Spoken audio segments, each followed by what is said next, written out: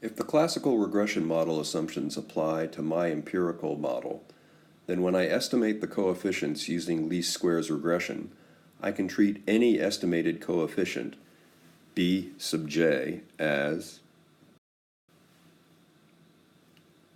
normally distributed with expected value equal to the true coefficient and a variance derived from the variance of the error term in the model. I can obtain the probability that realizations of b will take on any particular range of values. But we want to ask a different question.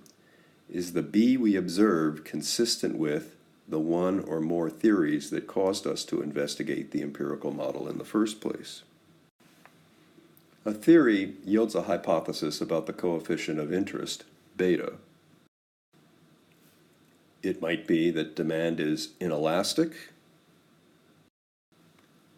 or simply that x matters.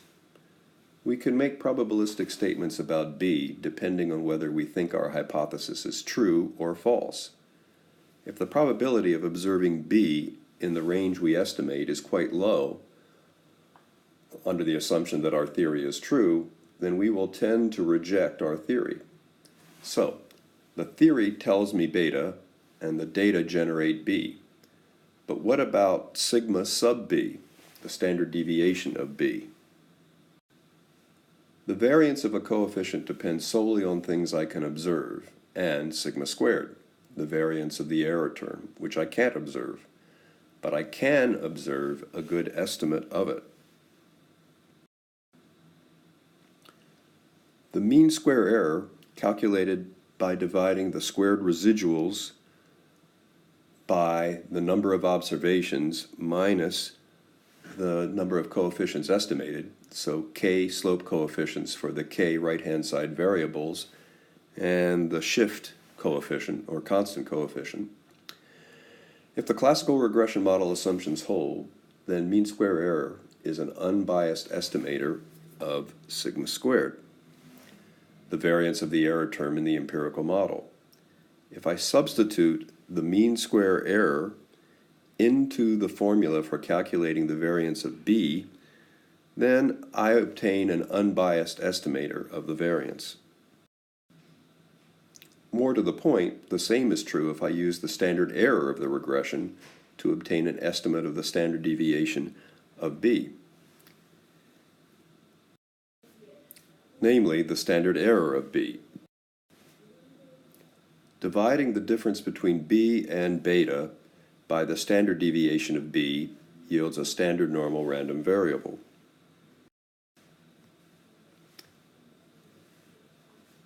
Dividing the numerator of the standard error does not. This new statistic is the ratio of two random variables, the b in the numerator and the standard error of b are both ultimately functions of the error in the empirical model. The probability distribution for this new statistic is the student's t, or simply the t distribution. It has two noteworthy characteristics. It has fatter tails than the normal distribution. That is, there is a greater probability of observing realizations farther away from zero, and the shape of the distribution depends not only on the mean and variance, but on the number of degrees of freedom available after calculating the standard error of the regression. That is, n minus the k plus 1 coefficients. If my data set has 20 observations and I estimate an empirical model with 6 explanatory variables, then the shape of the t distribution depends on the 20 minus 6 minus 1 degrees of freedom to get 13. It can sometimes be convenient to write the degrees of freedom in parentheses or as a subscript when referring to a t-distributed random variable.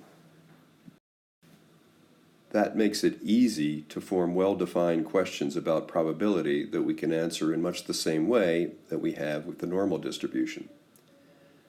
Use the online calculator to solve this problem by clicking on the student's T button, entering the degrees of freedom, and the t-value, and then clicking on the right arrow to obtain 0.168. Confirm the solution to these problems.